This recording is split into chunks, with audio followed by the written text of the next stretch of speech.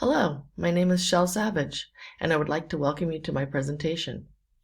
My research will include the Meditation Garden's mysterious closed doorway and the steps that lead up to it, located on the Porta Settimana Tower at John Cabot University, Guarini campus, at Via della Lungata 233.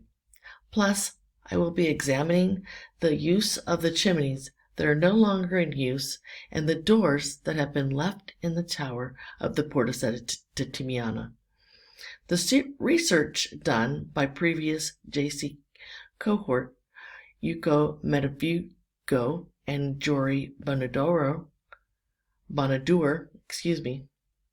has supplied many answers about JCU's meditation garden, including who owned it, who owned the space, from the nuns to the Fratellini family. My research will focus on specific aspects of the space, including the Aurelian Wall and the Porta dei Settimana. The Aurelian Wall has undergone many changes and is a palimpsest of history that goes back all the way to 271 AD. In 271 AD, Emperor Aurelian commissioned the building of the Aurelian Wall, which took many years to complete, to ward off unwanted enemies. The wall was approximately 7 meters high and 3.5 meters thick. Many transformations occurred to the wall and its ports throughout the years by the following popes. In the beginning of the 5th century, Pope Honorius I made some upgrades to the wall literally. During his reign, he added another level, making it twice as tall.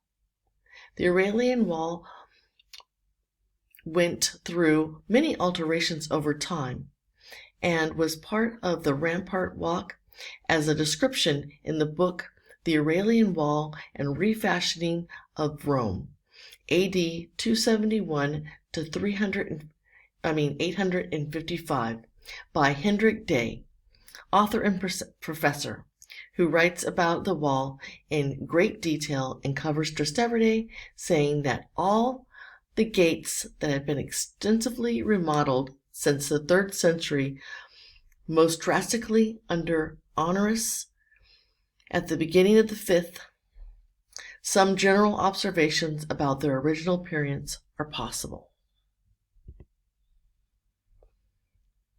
Pope Alexander VII made many contributions to the Aurelian Wall, as well as changing and redesigning some of the ports.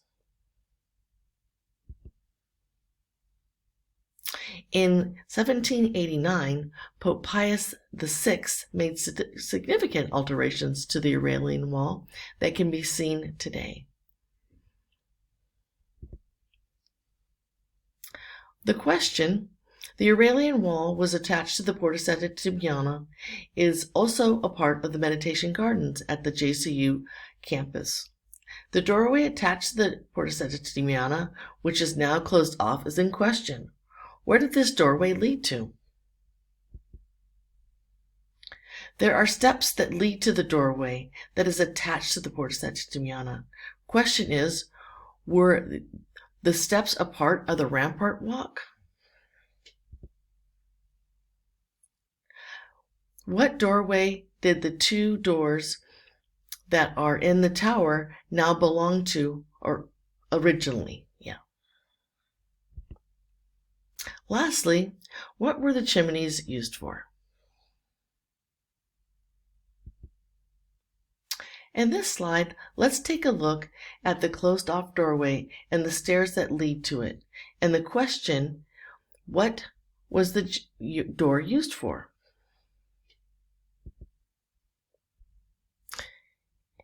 According to Day, the doors on the Aurelian Wall had travertine framing, as seen in this image. This can be seen above the closed portal in the meditation garden.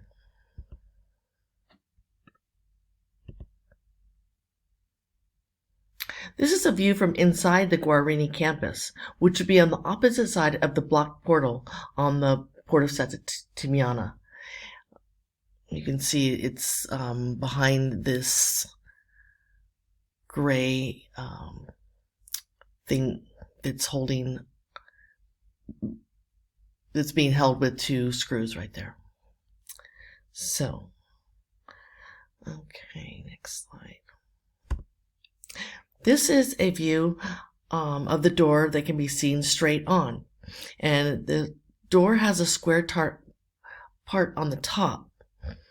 Also, according to Fabrizio Zambetario, a native Romanian and employee of JCU for the past 12 years, who's a plethora of information, says that these doors were made from medieval times.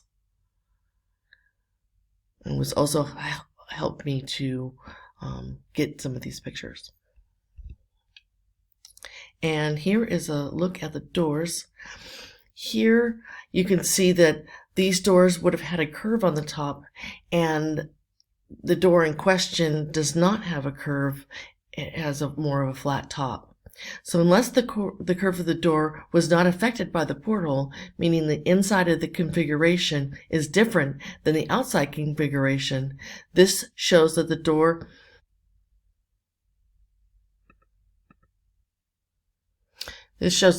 would have had a hard time opening or closing with that curve on it. So that may prove that it was not part of that door, and maybe it was used for the front part of the building, but that would take a little bit more research. It's not something that I actually do know. So let's see here. I'll go back to where I was, and these are the two doors. Okay. This door also has a small portal that you can open up and take messages so that you don't have to open the entire door. So you can see this down here to the left. And next slide. These next two slides have medieval locks on them that compare against each other from the same time period with the different hardware in comparison.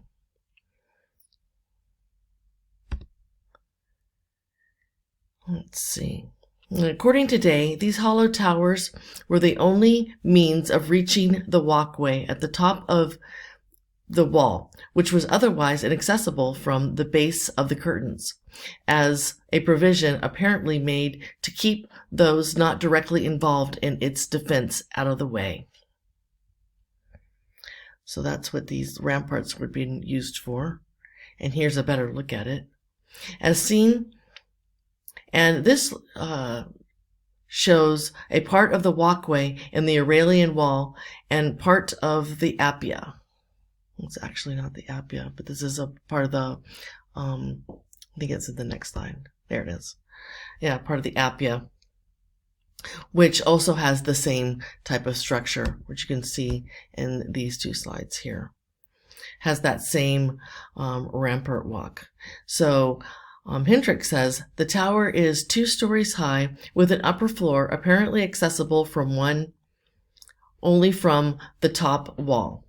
It has 2 arched windows at the front and the back, and the doorways on both sides are now blocked, which led to a rampart.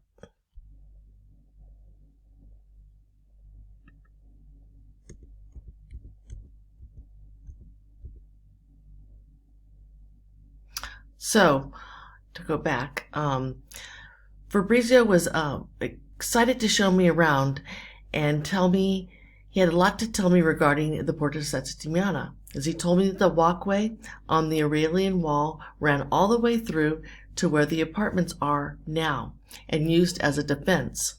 What they would do was pour, it was either hot wax or hot oil from these holes and defend the port, as they would also lower the gate.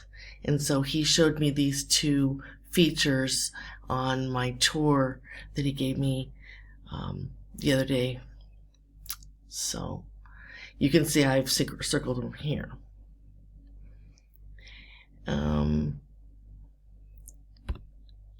And then the chimneys are the next thing on the list. What were the purpose of the chimneys? And according to Fabrizio, he also had the answer for me, which was great. And he said that it was to help the smoke escape for when they burned coal down in the basement.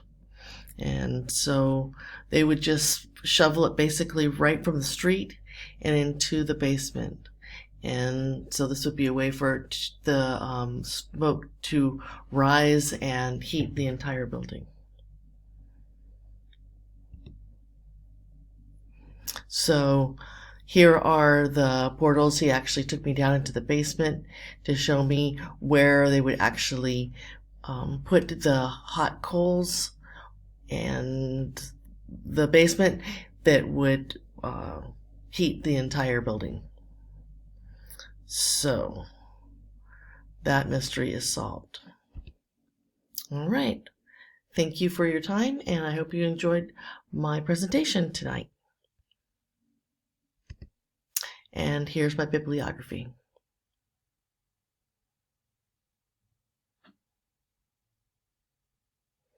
Great, thank you.